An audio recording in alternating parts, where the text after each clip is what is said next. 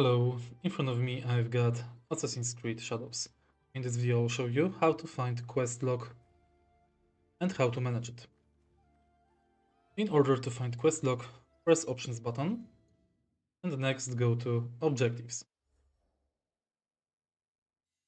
Right here we've got quests divided on Naoe, League, Yasuke, the Oniro, Hideout, People of Setsu, and People of Iga.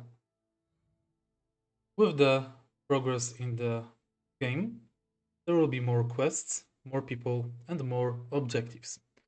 In order to track objective, select it and select track.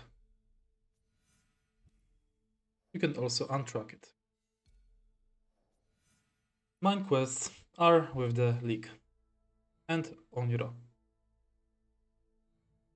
The Oniro quests are similar to previous games where you have to kill certain amount of enemies from the opponent's league.